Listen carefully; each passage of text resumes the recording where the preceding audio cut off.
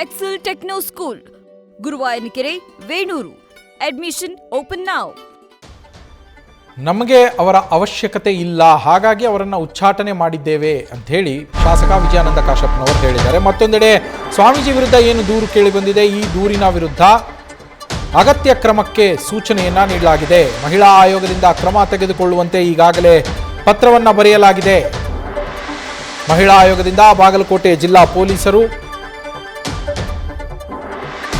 ಬೆಂಗಳೂರು ದಕ್ಷಿಣ ವಿಭಾಗ ಮತ್ತು ಉಪ ಆಯುಕ್ತರಿಗೆ ಪತ್ರವನ್ನು ಬರೆದು ಕ್ರಮಕ್ಕೆ ಸೂಚನೆಯನ್ನ ನೀಡಲಾಗಿದೆ. ಮಹಿಳೆ ನೀಡಿರುವ ದೂರಿನ ಹಿನ್ನೆಲೆಯನ್ನ ಪರಿಶೀಲನೆ ಮಾಡಿ ಅಂತೇಳಿ ರಾಜ್ಯ ಮಹಿಳಾ ಆಯೋಗ ಸೂಚನೆಯನ್ನ ನೀಡಿದೆ. ಜೊತೆಗೆ ಏನು ಕ್ರಮಗಳನ್ನು ನೀವು ತೆಗೆದುಕೊಂಡಿದ್ದೀರಿ ಅದರ ಬಗ್ಗೆ ವರದಿಯನ್ನು ಕೂಡ ಕೊಡಬೇಕು ಅಂತ ಸೂಚಿಸಲಾಗಿದೆ.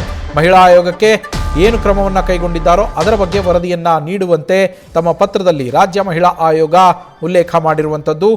ಉಲ್ಲೇಖಿಸಿ ಪತ್ರವನ್ನು ಬಾಗಲಕೋಟೆ ಜಿಲ್ಲಾ ಪೊಲೀಸರು ಹಾಗೆ ಬೆಂಗಳೂರು ದಕ್ಷಿಣ ವಿಭಾಗ ಮತ್ತು ಉಪ ಆಯುಕ್ತರಿಗೆ ಪತ್ರವನ್ನು ಬರೆದು ಸೂಚನೆಯನ್ನು ನೀಡಲಾಗಿದೆ.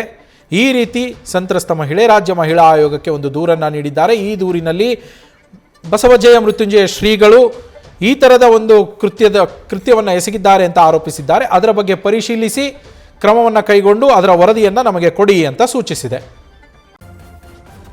ನ್ಯೂಸ್ ಫಸ್ಟ್ ನಿರ್ಭೀತಿಯಿಂದ ನಿಮ್ಮ ಪರವಾಗಿ.